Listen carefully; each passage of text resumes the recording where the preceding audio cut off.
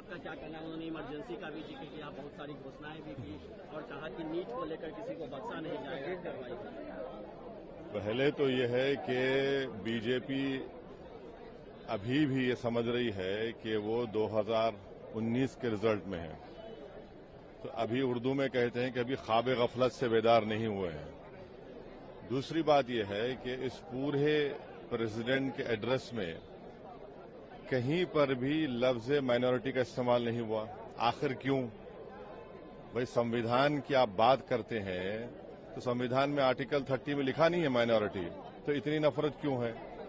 तीसरा ये है कि नौजवानों की बात हो रही है, बेरोजगारी तो इनका मुकद्दर बना के रख दिया। सबसे ज्यादा बेरोजगार अगर कोई इस देश में है तो नौजवान हैं, उनके बारे में सिर्फ बातें हो रही हैं।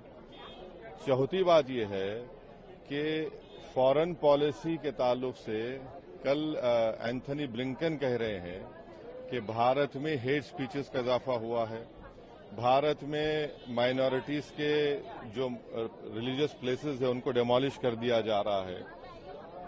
पांचवी बात यह है कि कोई देश को राह दिखाने के लिए कि सरकार क्या करने वाली है इकोनॉमी को रिवाइव करने के लिए, कुछ जिक्र नहीं है। तो इसमें कुछ है ही नहीं, old wine in new bottle का सवाल है और बीजेपी अभी भी उसी अहंकार में है, अभी रियलाइज नहीं कर रही है क्या हो गया उनको। इमरजेंसी की भी बात की है प्रेसिडेंट ने, इमरजेंसी का जिक्र किया है, कहा कि किस तरह से कॉन्स्टिट्यूशन पर हमला हुआ था। कॉन्स्टिट्यूशन पर हमला तो कई मरतबा पार्लियामेंट में हुआ है बीजेपी की सरकार में, उस पर क्या बोलेंगे वो लोग? कितने इंस्टेंसेस गिनाए आपको? नीट को लेकर भी कहा कि हाँ, नीट का तो आप बोल देते ना कि दोबारा करवाएंगे। बेशर्मी की हद है।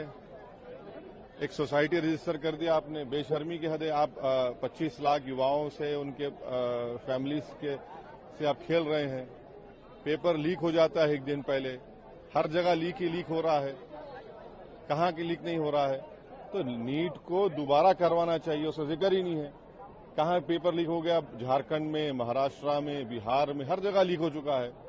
और प्रधानमंत्री झूठ बोलते, ना खाऊंगा ना खाने दूंगा, सब खा रहे हैं, लीक हो रहा है।